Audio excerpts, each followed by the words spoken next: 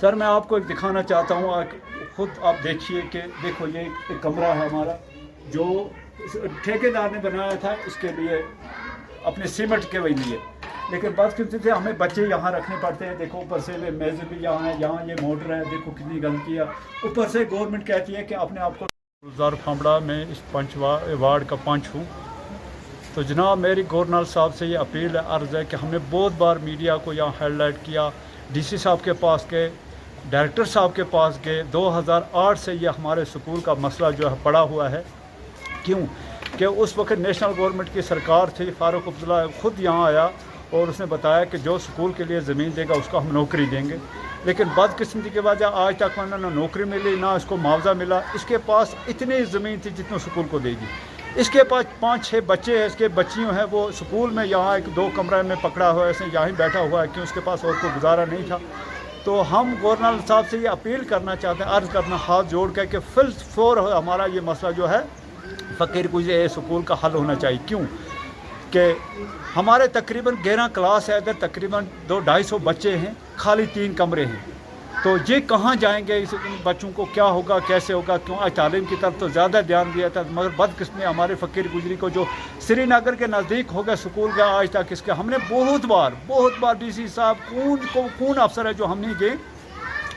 तो बदकिस्मती हमारी पूरी पंचायत की फ़कीर गुजरी डीसी साहब के पास गए, डायरेक्टर साहब के पास गए, गवर्नर के साहब भी हमें ऐसे हमने मीडिया बुलाया, वो ये किया, मगर आज तक हमारे मसला। आज हम लास्ट में कहते हैं मेहरबानी करके या तो हम पूरा स्कूल को बंद करेंगे अगर हमारा मसला नहीं होगा, क्योंकि बच्चे हमारे दर बदर हैं। तो जिस बेचारे गरीब के जितनी ज़मीन थी वो दे दी, ना उसको मुआवजा मिला ना उसको नौकरी मिली। तो तकरीबन 11 क्लास है इस स्कूल में। तो मेहरबानी करके ये आज हम लास्ट वार्निंग देते, वरना हम सड़कों में निकलेंगे, हम पूरा इलाका सड़कों में निकलेंगे अगर ये हमारा मसला हल नहीं हुआ। तो हम बार ये हमने अपील किया, आज ही नहीं बहुत बार हमने अपील किया कि या इसको मुआवजा दिया जाए या इसको या तबादले में इसको ज़मीन दिया जाए, ताकि ये अपना गवर्नमेंट का अपना कोई रहन सहन कर सके। तो दूसरी यह जो बिल्डिंग नई बनी है, तो पिछले 1 साल से ये बिल्डिंग हमारी बनी हुई है, लेकिन अभी ये तक हैंड ओवर नहीं हुआ है। ठेकेदार कहता है कि हमें इसके पैसे नहीं मिले। तो बिल्डिंग तैयार है, लगभग हमारे डिपार्टमेंट को हैंड ओवर नहीं हुई है। तो हम चाहते हैं कि इस बिल्डिंग को जो भी काम रहा है वो जल्द से जल्द करा जाए, ठेकेदार को भी पैसे दिया जाए, और जो बिल्डिंग आई है को इसको हवाले ताकि कम से कम हमारे बच्चे इसमें रह सके। और सबसे बड़ा मसला है हमारे इलाके में, सबसे बड़ा मसला है ये नूरुद्दीन लाली है। 2008 में इसने ज़मीन दी है, परेशान है, रोता है, बच्चे दर बदर है, इसके 2-4 बच्चियाँ हैं इसकी, वो रास्ते में दर बदर है। अब इसने स्कूल में 2-3 कमरे पकड़े हैं जिसमें अपना रोज़ बसर करता है।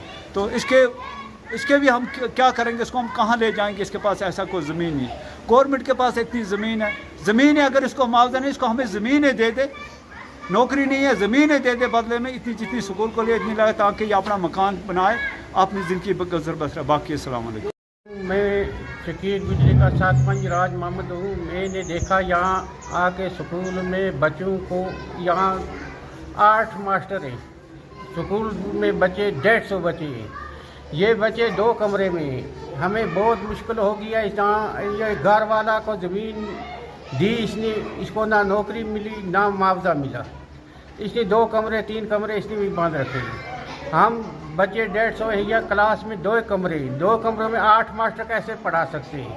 हम अपील करते हैं गवर्नर को, LG साहब को, कि हमारा यहाँ फ़कीर गुजरी में आके देखें। और जनाब शुरू को भी बोले, डीसी साहब को, कमिश्नर साहब भी आया, सब आए यहाँ देख कर गया। और वो अल्टर डुल्लू भी आया, उसने भी देखा, किसी ने